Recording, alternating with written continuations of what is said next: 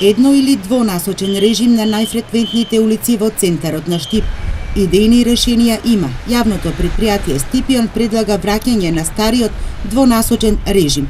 Од мостот кај судот до градската црква сообраќајот да се одвива по две ленти, како булеварско решение или некоја друга опција, за пешаците тротоарна отиња и паркинзи на тротоарите на коловозите. Двете улици покрај река Отиње ќе бидат во функција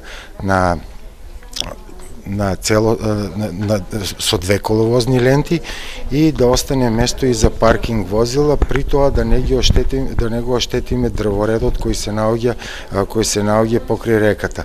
За таа цел изготвивме решение со кое сегашните паркинзи ќе ги преместиме на местото на тротоарот, со тоа што ќе изградиме дополнителни конзоли на река Отиња. Проблемите кои ги наметна еднонасочниот сообраќај се детектирани и се бара начин за нивно решение. Од општината сметаат дека со двонасочниот режим на сообраќај ќе се растерети сообраќајниот хаос во централното градско подрачје. Секако дека имаме сознание, само ќе ви кажем еден пример дека возила на брза помош не може да стигне безбедно до градската болница, со тоа што се јавуваат застои во сообраќајот. Едно возило да помине поголемо и готово, застои по 2 сата не може да се скупи од центар на градот. Потхитно мора улицата што води до болницата да биде двосмерна, барем за почеток. И сега како тоа ќе се компензира, дали со катни гражи, дали со кеот на Отиња, ќе кажат институциите. Двонасочниот сообраќај можеби делумно ќе го реши проблемот со преголем број на возила на улиците. Во оваа насока се наметнува и опцијата за изградба на катни гаражи. Една со капацитет до 50 возила е предвидена да се гради позади собранието. Очекувам да произлезат нови решенија кои што ќе бидат во корист на граѓаните.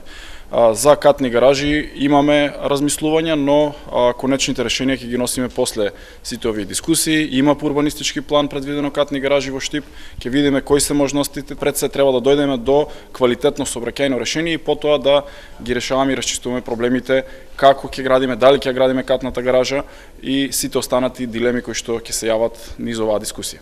Ако се појде по европски трг, за влез во центарот ќе треба и кај нас да се наплаќа, но на коловозите не треба да се паркира.